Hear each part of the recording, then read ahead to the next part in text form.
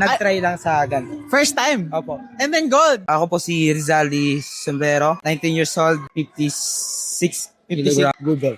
Pinaka-favorite mong competition move? Ang guillotine choke. Guillotine choke. Actually, sa lahat ng laban ko, yung nagpapanalo sa akin ay guillotine choke. Yun yung minaster ko ng minaster. Yun na yun. Kaso hindi ko nagawa siya ngayon eh. Hindi ako sanay ng Meiji. So more on Nogi. Nogi, yeah. Okay. Actually, MMA fighter po. MMA. Nag-try lang sa ganito. First time. Opo. And then gold. Opo. Congratulations. Ano yung nagpa-start sa'yo mag-compete? Yung founder ko po, nag-try lang po ako sa kanila. Tapos, sinali po ako sa MMA. Una, ground, strike. So, any competition, pwede ka Lahat po. inaano. Ano para sa'yo ang best advice na mabibigay mo sa mga gustong mag-start? Sa una, mahirap. Pero hanggang huli, mahirap naman. Pagtagal ng patagal, na-enjoy mo lang yung ginagawa mo. Dapat isabuhay mo ito.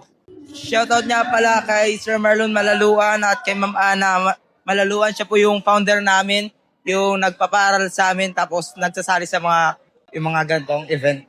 Shoutout sa mga Team Warriors MMA Academy, sa mga ka-team ko dyan, tapos sa aking pamilya.